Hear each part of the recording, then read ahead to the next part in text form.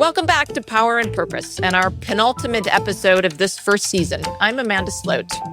I'm Nathalie Tocci. Today we are delighted to be joined by our second occasional man, Frans Timmermans. He's worked in Dutch politics as a member of parliament, Minister for European Affairs, and Minister of Foreign Affairs. And he's worked in the European Commission, serving as First Vice President responsible for better regulation and as Executive Vice President responsible for the Green Deal. Today we'll be discussing the geopolitics of climate and energy, as well as lessons learned from his career. Frans, welcome to the show. Thank you very much for having me. Indeed, our second occasional man. This is I'm really honored. So, Frans, we must start necessarily with the Green Deal. And because, of course, you were the architect of the European Green Deal. And if we go back to 2019, 2020, this was really presented as Europe's vision to address climate change. But of course, it was also presented as Europe's vision to achieve energy security, prosperity, to respond to citizens' concerns. Of course, this was also at the time of, the Fridays for Future. And Europe's, and in particular, the European Union's need to reconnect to what actually matters to citizens, especially younger citizens.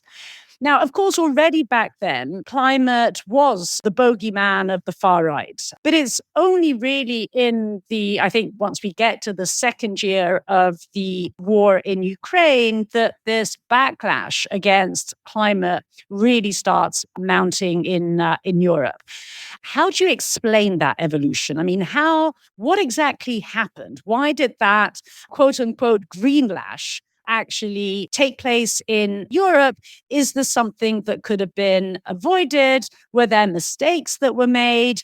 Did we simply not understand, the pressure that was mounting and the way in which it was being manipulated? Well, I think there's basically two main reasons for this. The first reason is purely political. I think if you look at the center-right in Europe, increasingly, they came under pressure from the radical right and decided to take over some of their talking points. So the Green Deal and all the decisions we've made could only happen because of a broad political support from center-left and center-right. And they were all on board until they discovered that bringing the Green Deal, drawing the Green Deal into the cultural wars might benefit them politically. I think it's a historic mistake, fundamental mistake of the center-right to believe they can beat the radical right by taking over their talking points. And Nathalie, look at your own country. The center-right has all but disappeared because of that agenda. So that is a general political point. Now, within climate policy in general and the Green Deal, I think the fundamental mistake is to devise understandable measures that do benefit the people who least need it and are a burden on the people who most would need support. If you look at, obviously, the climate crisis causes an increase in prices on foodstuffs, on energy. And if you look at how people spend their money, the lower your income is, the higher the percentages you will pay for energy and food. And if that is not somehow compensated fiscally or with other measures, you will see that the people who can already afford solar panels and electric cars are being subsidized for this. And the people who have the smallest carbon footprint punished more than the people who have the biggest carbon footprint. And by the way, the people with the biggest carbon footprint hardly reduce their carbon footprint with all the measures we made. So I think that there is an inherent element of social injustice in parts of how we've implemented climate policy. And I think that's the second big element, that people feel the injustice.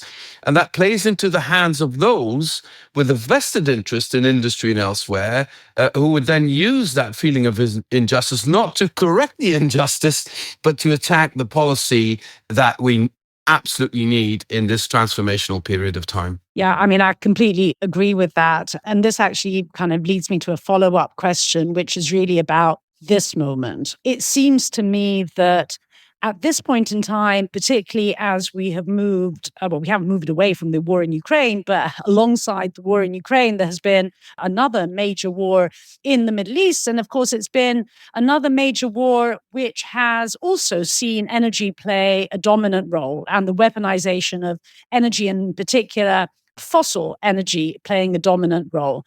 And I wonder whether this is actually a moment, a political moment and a strategic moment in which the strategic rationale, particularly for those countries like Europe, like China for that matter, that actually don't produce fossil fuels, to come back to that climate agenda. I mean, certainly China is capitalizing a great deal out of this, but is this also a moment potentially for Europe to return to that agenda?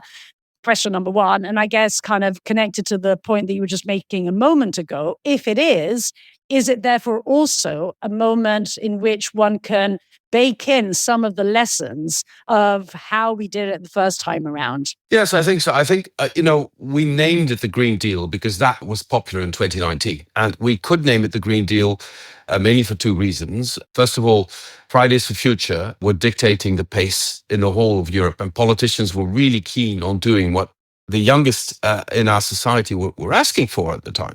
I mean, we're not even talking about students. We're talking about people in secondary school who actually determined what we were going to do. And I think young people should take heart from that. Their influence is much, much bigger if they get together and protest than they think. And I think, another issue that might be influenced by this is our sick relationship with Israel. I think also here it's a generational issue that young people just don't understand why we do not feel consequences, political consequences for a regime that clearly is involved still to this day in a genocidal war.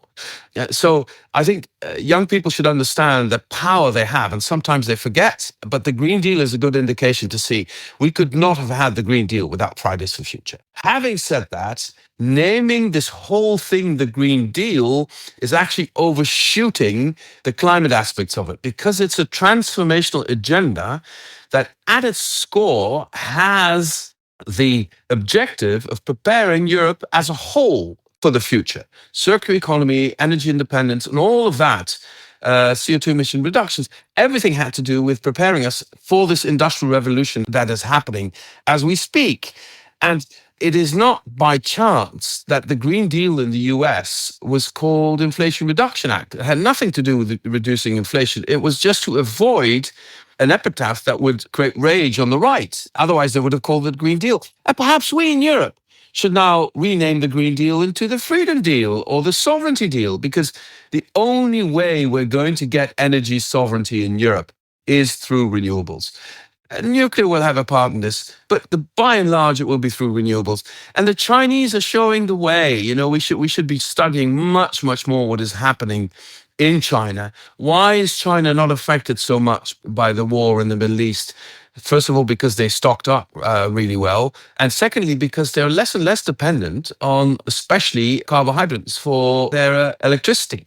And it is fascinating to see that we as Europeans seem to be oblivious of these developments in China. We should be studying them, not to admire China, but to understand what they're doing. And this applies also to the huge expansion, up to 1,000 gigawatts of solar power a year. I mean, these are mind-boggling numbers. And we as Europeans could do so much more with solar power. We could do so much more in battery development than we're doing now. And we're just so paralyzed by this short-term fear of our industry losing out that we go back to recipes that no longer work instead of embracing the future. I want to ask you about China, but would be remiss if I did not take advantage of another factor in the current moment, which is we are recording this the last week of June, where Europe is currently experiencing record highs. I think Paris had the hottest day on record. All three of us were talking before the recording about how temperatures are reaching 40 degrees in our respective countries, which is 100 degrees Fahrenheit for my American listeners. Do you think this current moment and this very real reflection of the effects of climate change is going to have any effect in galvanizing people that maybe have been skeptical about what experts and other leaders like yourself have been saying over the years about the urgency of action? One would hope so, but I'm not sure. I went through the whole spectrum in the last 10 years. First, people denying that there's such a thing as climate change. And then the second factor was, oh, right, there might be climate change, but it happened more often in our history. Look at the small ice age we've had in the Middle Ages. There's no human influence on this. And then, okay, there might be human influence on this, but it's limited. And look what's happening in China. Our measures would be so small, there's no point. And now, at the end of the day, it's, yes, there is climate change. Yes, it was done by us humans, but it's too late. Let's just adapt to it. I mean, all of this is such mind-boggling nonsense. I just hope this period of extreme heat, and it's not just the extreme heat, it's the completely unpredictable nature of weather patterns globally. We haven't even seen the consequences of the super El Nino that's happening at the same time, and that's going to have a devastating effect on harvests all over the world. This is leading to hunger in parts of the world, which will lead to migration, which will lead to another security problem, and it's all climate related. And this is at a situation where we haven't even gone beyond 1.5 degrees increase as compared to pre-industrial levels. Just imagine what will happen when we cross the 2 degrees level, which we will inevitably.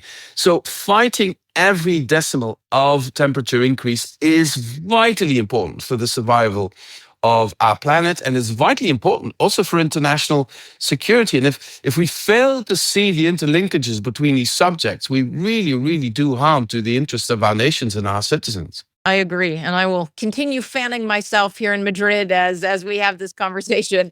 I wanted to return to the point you made on China, because I think that's a critical factor in this, as both you and Nathalie alluded to. And I'm curious your thoughts on how Europe should navigate its relationship with China in the energy space, because there's a need to find a balance between sustainability, affordability, and security. And so you have this imperative for Europe to both cooperate with China to achieve climate goals, but at the same time protect itself from China in a competition sense to foster its own green tech industry. So how do you see that balance between cooperation and defense? Frankly, I strongly believe in the realpolitik when it comes to our relationship with China. We are rivals in terms of how we see our society, but we will need each other if we want to make a success for the planet as a whole of this industrial revolution. With my experience going back to the Cold War, if I look at this hugely troubling arms race between the US and China on AI, which might, create huge victims all across the planet, not just in the US and China, but all across the planet, I have the sense that we need a form of arms control as we had in the 1980s and 90s after we understood that the Cold War was not going to be won by anyone. But if you talk to people in the American administration, they only think in terms of zero-sum games. Either we win or the Chinese. Whereas the rest of the planet is just looking on and thinking, hey, what's happening here? How can we turn this industrial revolution in an opportunity for everyone and not just in an arms race between the two most powerful nations on the planet? And I believe Europe has a crucial role to play in this. We are neglecting our friends globally. We could have been so much closer to Latin America. We have so many opportunities in Asia. I was in Indonesia last week on a mission to try and prevent them tearing down more primal forests. And you see the opportunity we have potentially. Another huge nation, hundreds of millions of people watching their neighborhood and thinking, how are we going to establish a relationship with China? How can we foster a relationship with other parts of the world? I mean, there's so much up for grabs, and Europe is just, a victim of its own paralysis because we fear the future more than we see the opportunities that are out there. And China is a case in point. If we are to profit from the enormous potentials of the Industrial Revolution, we need to convince China to do a lot of what they're doing open source and then contribute to that with what we have. At the end of the day, I think that is the best way forward for Europe. Not to invent our own AI, but to build on what is available from the United States and China, and then add a European element to this. We've always been good at that. And I think this could establish a good relationship with China, because also geostrategically, our defense capabilities will depend to a large extent on our ability to be part of the development of the next generations of batteries. If you want, I can expand on that. But everything pertaining to the predictability of warfare in the future will depend to a large extent on the quality of the batteries that you can provide. A soldier today already on the battlefield is carrying around 20 kilograms of batteries. If you can reduce that same capacity or more with 5 kilograms, you have a strategic advantage. And that's why China is investing so heavily in the development of batteries right now. That's why they want to sell at cutthroat prices electric cars all over the world, because it offers them the opportunity to work at scale and develop the next generation of batteries. This is what we should be watching in Europe. That's such a good point. Actually, I hadn't thought about that, Francis. Yeah, completely agree.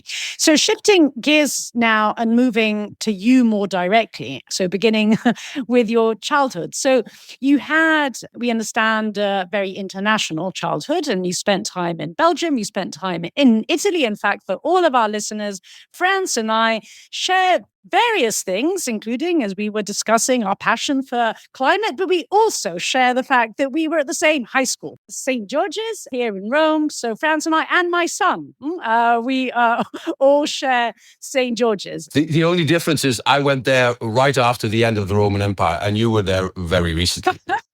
I was there the other day. So, and then of course you had this international childhood because your dad was a security officer, I understand, in the Dutch diplomatic service. So could you explain a little bit and give us a background of how that international childhood, how that shaped up Frans to be the person that he is? What I found fascinating, if you travel around a lot as a child, you go through these same stages. I think every child that has traveled knows this with their parents. So first of all, for a year almost, you mourn the place you've left. You mourn the people you've left behind. You mourn the things you knew, the things you liked. And then you get used to the new place. And then you're very happy in the new place. And by the time you're totally comfortable in the new place, you move again. And then the whole process of mourning starts again. So what it teaches you is to be very careful in getting attached to places and people. And I think this is a very worst downside of being an expat child, is that you're taught that getting attached to people and places is heartbreaking when you have to leave. So to prevent being heartbroken, you keep your distance. And I think this is something I always try and explain. It's better to be heartbroken for a while than to not allow people to come close. But it took me half a lifetime to learn that. And also because, to be totally transparent, I was a victim of abuse when we lived in Rome. And also that made me extremely distant afterwards. And I lived for a long time as a teenager in my head in a sort of fantasy world where books were my safe places, being alone was a safe place, telling stories about myself that were far removed from reality so that people could not come close to me was a way of acting on this. And it took me really half a lifetime to get over that. I was a diplomat myself, and I'm always very attentive to what this does to your family. Right until the end of my political career, this is something that's been coming back time and time again. So that's what it does. And at the same time, it is so enriching. I always compare it to, one of my friends, Nathalie, you must know him, Claudio Magris, who's also somebody from borderlands. I'm from a borderland. He is from a borderland. I said, the question I'm asked so often is, are you European or are you Dutch? And it's not a question of people who are interested to know the answer. It's a loyalty question. You can only be loyal to one. And then Claudio Magris, when I said, how do you answer that question? Claudio Magris said, I'm a father and I'm a son. There's no contradiction. I'm the father of my son and the son of my father, and I'm still the same person. And that's how I learned to deal with that issue. And at the same time, the countries I spent time in, I feel partly Italian. I feel very attached to the Latin world. I feel partly British because of the schools I've been to. It's like a river where different sediments settle. And it doesn't change the nature of the river, and it doesn't even change the direction of the river, but it enriches the river because of all these sediments. And that's how I see being part of many cultures. It gave me numerous sediments I can refer to, and it makes me a person more peace with myself. My cooking is Italian. Why? Because I worked in a restaurant in Rome as a student and I learned to cook Italian. Does that make me less of a Dutchman? I don't think so. And this is the topic about cultural identity and national identity. It's a topic we need to explore much, much more. And being then, this is one of the attacks I had in this country as a politician, being called from nowhere because you're cosmopolitan is something we should react to much more strongly. We're from many places, but we're rooted. Everybody comes from somewhere. And at the end of the day, I'm a Dutch man from Limburg. And that doesn't change the fact that I lived all over the world and enjoyed being there all the time and learning from it. This reminds me of conversation with my son, and he said, well, I'm half Italian and half Spanish. And I replied to him saying, you're not half Italian, half Spanish. You're double. You're both Italian and Spanish. Exactly. That's exactly right. Well, and Nathalie knows I identify as a proud Dutch American. So I have good Dutch roots with four of my great grandparents coming there. So many things I had wanted to follow up on. One you had mentioned was your love of books. And I know you were a first generation university student, both in the Netherlands and France. And I read that you once said you earned a law degree to be employable and a French literature degree for pleasure. So was curious how both law and literature came to shape your professional identity as well. My father only had primary education before he needed to become a coal miner. He then discovered he was claustrophobic, so he escaped to the Navy at the tender age of 16, and he never finished any school. My mother finished 3 years of secondary school. My parents just didn't know what it was to actually go to university. And so in their minds, university was where you learned a job and not to expand your mind. It's just to learn a job. That was sort of imposed on me, and I felt it the same way. And when I went to university, beginning of 1980, there was so much unemployment, also people with an academic background, that I worked my behind off to get 2 degrees so that perhaps I might get a job. That's why I always told my kids, you don't go to university to get a job. You go to university to expand your mind, and then that will lead at some point to some form of employment that you will be happy with. So when you have my background, that's not the way you look at a university. That's perhaps something you learn afterwards. And, working very hard is also something, because my grandfather, who was a coal miner, and he's probably the most important man in my life, my grandfather, who was a coal miner, was so smart, a lot smarter than I am, and he had to go work at the age of 12. There was no money for him to stay in school. He just kept saying, you have talents and you don't have the right not to use the talents. Our people, as he would say, deserve that you do everything you can to reach for the stars, because I couldn't. I've worked very hard my whole life to make it possible for children from all backgrounds to go to university. You better not squander that opportunity. That was his stake, and that's what made me, frankly. My great grandma came from Zeeland to the United States, was the youngest of 13 children, and had to drop out of school at the age of 12 and go work in a cigar factory. It's extraordinary, the things that generation has done. One other early experience I wanted to ask you about is I understand that you did mandatory military service and that you spent time in the military intelligence and security service as a Russian prisoner of war interrogator. Tell us about that experience. Again, in pursuit of a job, I thought, no, I've got a law degree. I've got this literature degree, a nice doctorate in France. What can I still do to improve my opportunities? And then one of my nephews told me, well, we have this element in the army where you can go to a school where you have total immersion in Russian, and within a year you can learn to speak Russian.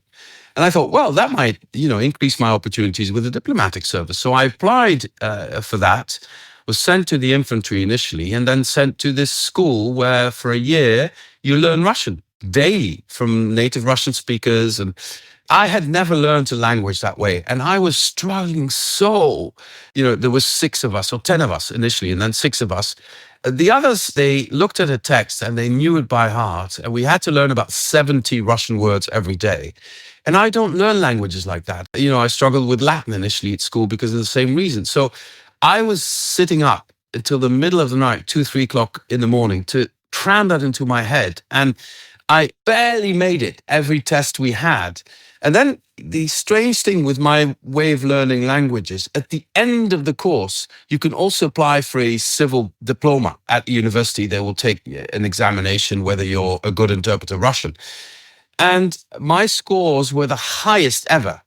And nobody understood why, because nobody understands, nor do I, how I learn a language. It's difficult. And then at some point, it's formed as a complete entity in my head. I don't know why, but that's how my head works. I had a lot of fun being able to speak Russian well, and because I was an interpreter to Gorbachev, to Shevardnadze, to Yeltsin, to Putin, to so many people, which taught me a lot. And I have the Dutch army to thank for that. Wow, that's amazing. There's something incredibly creative about languages in that sense. Yeah. I mean, the way in which all of a sudden, poof, So you then start your career in the Dutch Foreign Service, and you have your early posting to Moscow. Of course, this was happening during the time of the collapse of the Soviet Union. And then you have your first exposure to the European Commission, where I understand you worked as an assistant to the Dutch commissioner.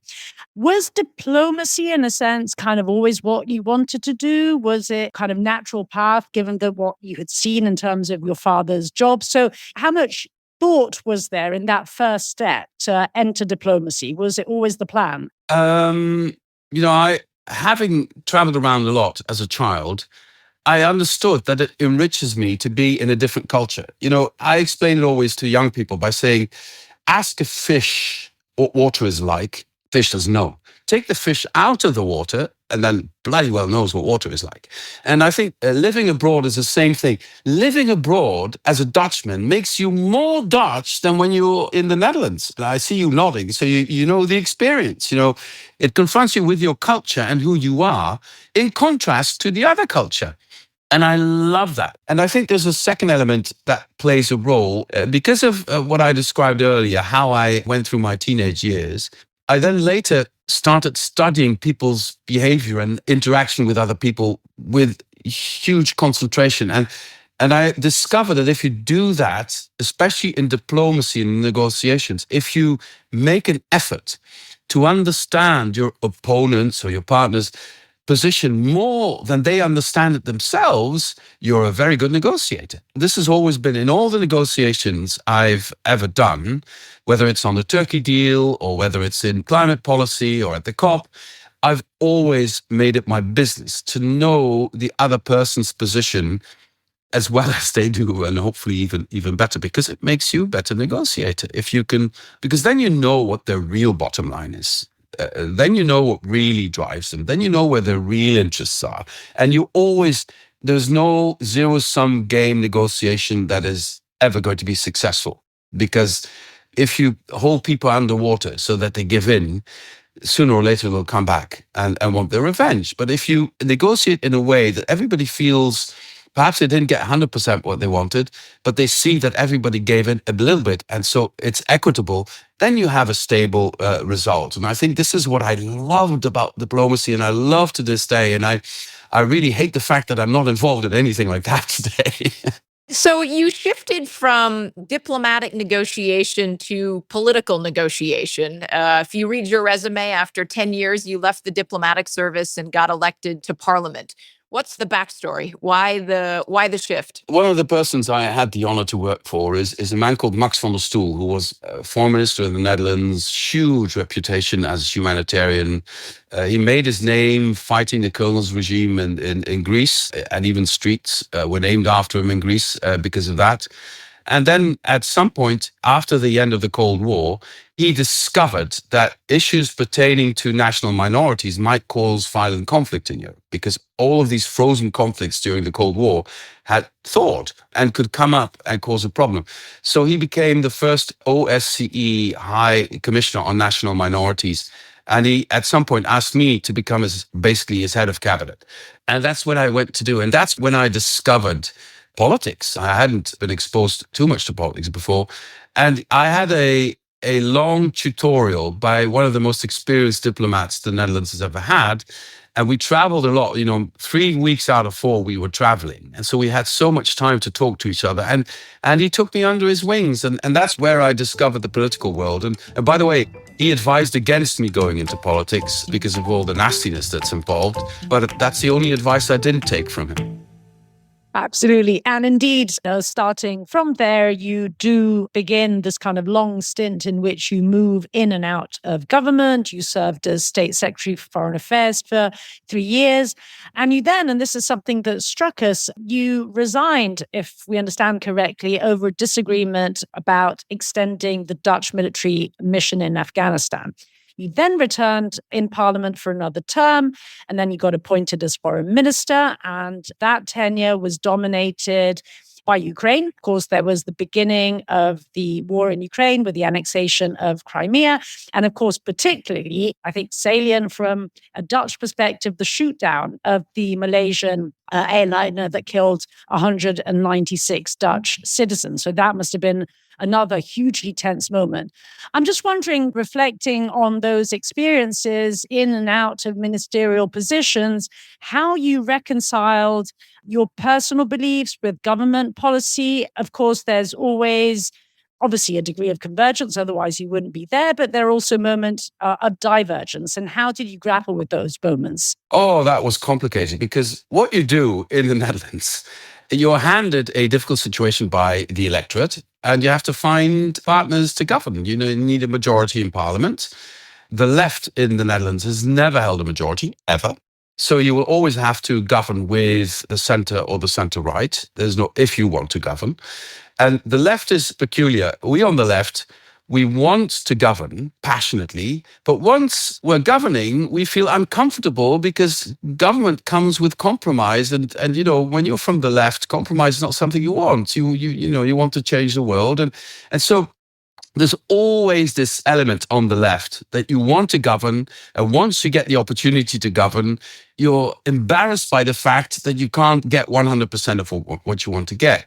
And by the way, our electorate is also more critical than right-wing electorate if you govern and compromise. So that's the essential difference I see in Europe between the left and the right. Uncompromising, going for power on the right, and the left always seeking influence and afraid to violate the principles when they are seeking influence. And this, I actually had one subject that was most difficult in the coalition we had with Mark Rutte's party.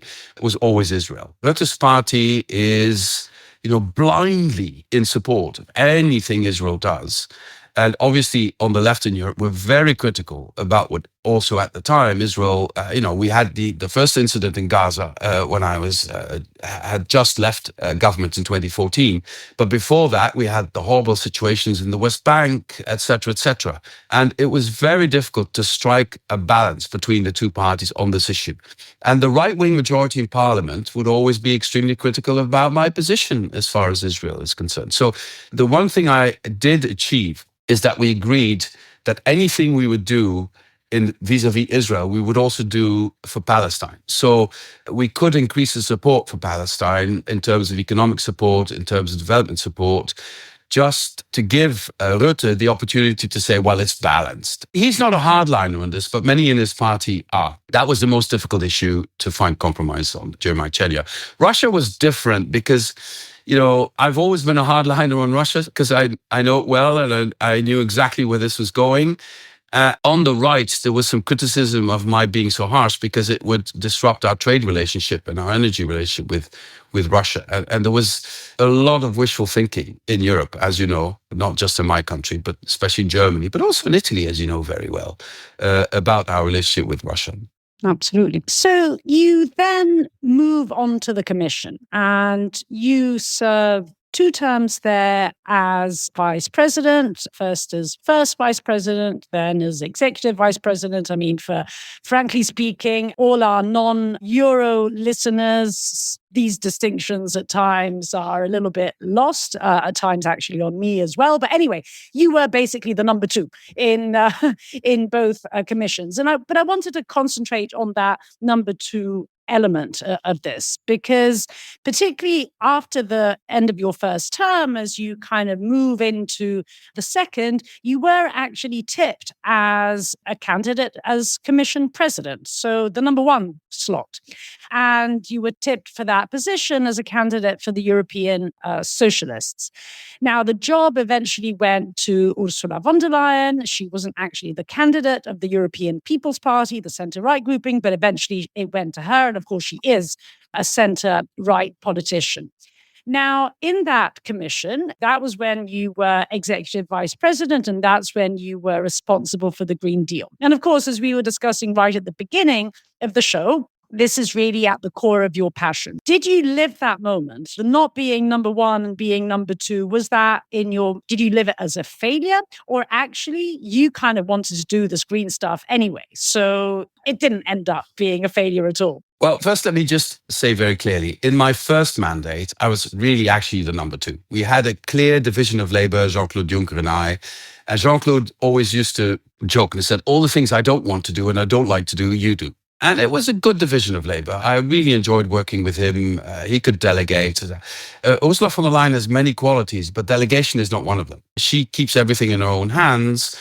This whole idea of executive vice president is something she invented, because that was never, ever on the table when she was elected Commission president. Just before then, for a couple of hours, people thought I was the Commission president, which was funny, and congratulated me for this. And then it didn't happen. And that's quite a tough moment, to be that close, to actually have people congratulate you and then have to discover that at the end of the day, it doesn't happen, especially with that position. But then, like it works in politics, if one party gets the top job, the number two party very often gets the top policies as compensation. That's how the Green Deal came about. So I didn't get the position, but I got the policy I campaigned for. And I did campaign for this strongly, even, sometimes creating hilarious moments when I say, well, I think you should be voting green. And voting green is voting for the socialists because we can make it happen. That sort of thing did work quite well in mobilizing young people across Europe. And we delivered on that promise, I think, with the Green Deal. And, it made me proud that we could actually achieve all of that. And don't forget that initially, Ursula von der Leyen also claimed the Green Deal as her own. COVID had a lot to do with this, plus, of course, the war. The combination of the two led to, apart from the political calculation on the right, led also to souring on the Green Deal. I could see that souring happening when all of a sudden I was the only one responsible for the Green Deal. Well, speaking of politicking, and just to round out your career, when your tenure finished in the commission, you returned to Dutch politics to lead the Green Left Labour Alliance in the Dutch general elections. Your party came second to right-wing Geert Wilders' party. Government then shifted right. That government struggled, collapsed. There was hopes your party would be able to lead a new government, but lost seats in the 2025 elections and you stepped down. So I'm curious on that, two things. One, how you lived that experience, how that feels to be leading this party, to have government aspirations that don't come through. And second, your decision to then let go and walk away. Because frankly, there's a lot of commentary, especially in my country, about this older generation of people who won't let go of power and make way for a younger generation.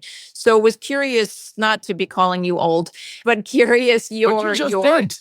I said older generation, how you lived that decision as well. Well, first of all, I didn't come to the end of my term as commissioner.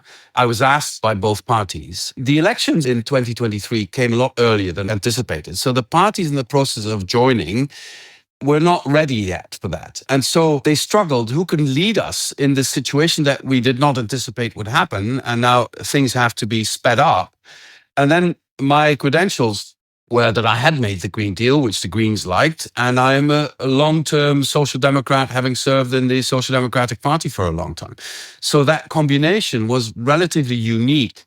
And they said, would you please lead us so that we don't get a fight over the leadership and that we can have somebody to lead us that is acceptable to both parties. And this was, frankly, never my personal ambition to start with. This is my service to a movement which I had been fighting for over 10 years, which I think, If also referring to the beginning of our conversation, the only way we're going to have a transition, if it's a just transition, the only way we're going to be able to address the climate crisis, if it is just, if it's done in a social way, the only way we're going to avert the whole of Europe becoming under the influence or even direction of the extreme right is if we address the real issues at hand, which are socioeconomic issues. We're talking all the time about sociocultural issues, but those aren't the real issues that are making people angry. It's the social injustice that's making people angry. If I see people fighting each other just because they have a different religion or a different color of their skin, whereas their socioeconomic situation is exactly the same, they should be holding hands. They should be fighting those who are keeping them in that precarious situation rather than fighting each other. But the right is reveling in this because it keeps everything in place and it keeps the tech bros billionaires. So I'm diverting from your question. Let me answer your question very directly. So I didn't do this because I had that personal ambition. I did my best. We kept things together. And I see the new party that's now called Pro, frankly, also a bit as my baby. That is the success I was able to create, a new party, which is attracting more attention. And now that we've stepped away from both names, the Greens and the Labour Party, the new name will create more enthusiasm and interest. I'm absolutely convinced of that.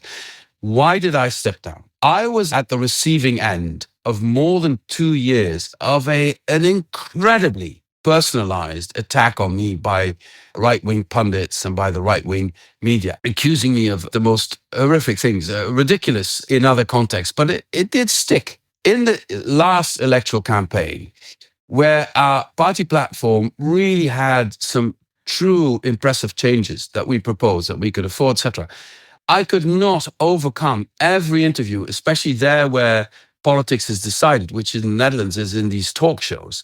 In these talk shows, I had to struggle to get over yes, why are you so unpopular? What have you done there? Have you committed fraud in the European Commission? Why are people saying this all the time? And this was not the activist right wing. It was the rest of them all, falling into the trap. And then I thought, when we did not do well in the election and we actually lost seats, I thought it's also because it was far too much about me and all the allegations and not enough about what we have to offer to the country. So if that's the case, I need to step away from that so that it would no longer be about me. And I think nothing is more difficult for a politician than to decide when to stop. Nothing is more difficult, I can tell you that. Nothing is more lonely, by the way. This is something you have to do all by yourself. I did not consult anyone on this. I drew that conclusion all by myself. But it was easier for me. For me personally, it was never about me.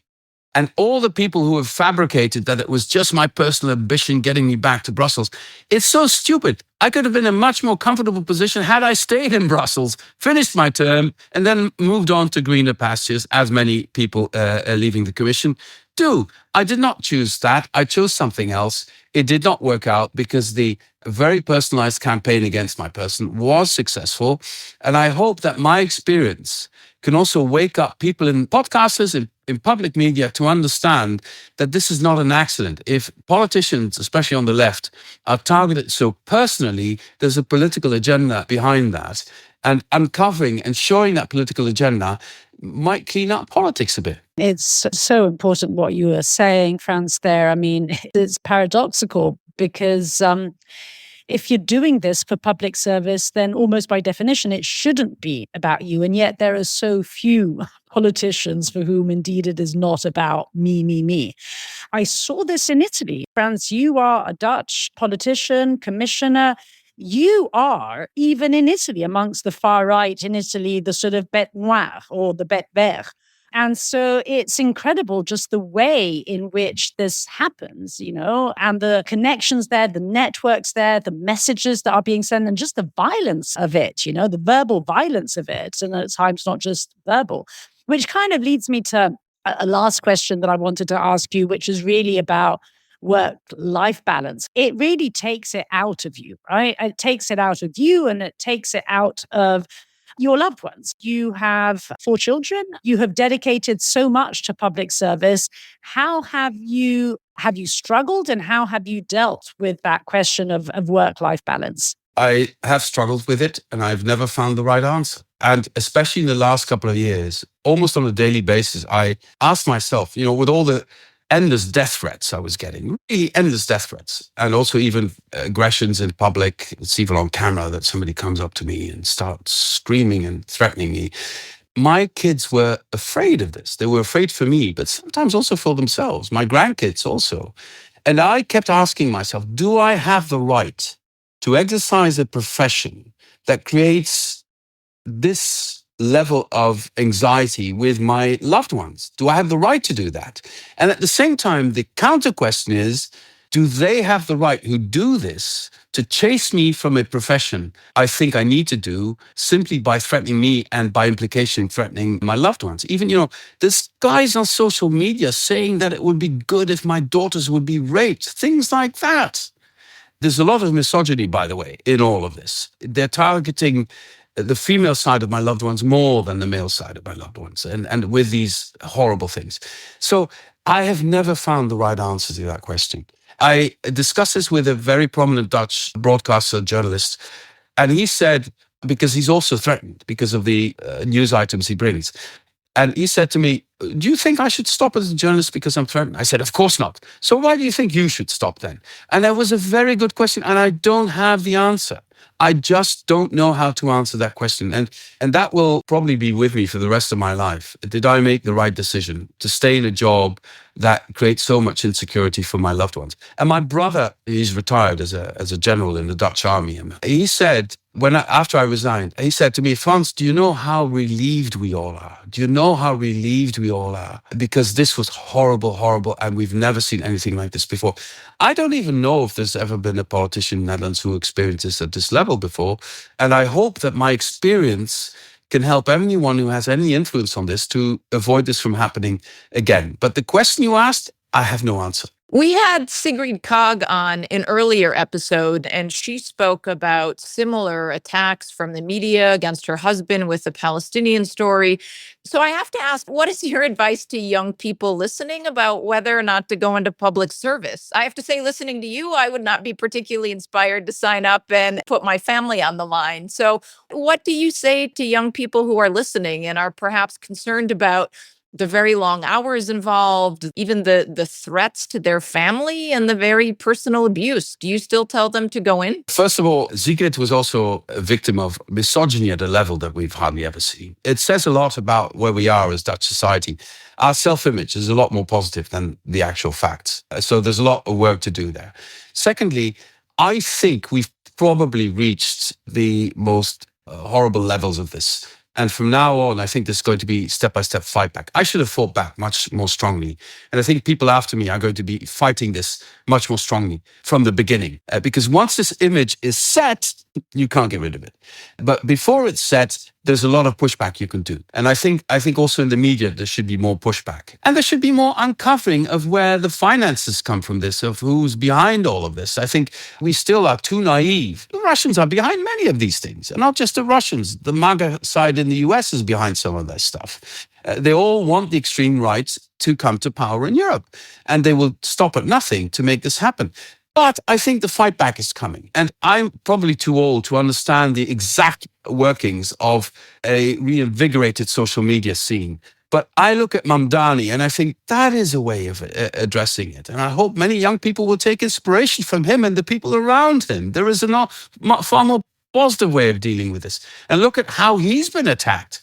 And he's been able to deal with that in a way that I find inspiring. So, and by the way, apart from all of this, which is to a lot of extent is form, take inspiration from these people, because if you get into a position of responsibility, you can actually make a difference.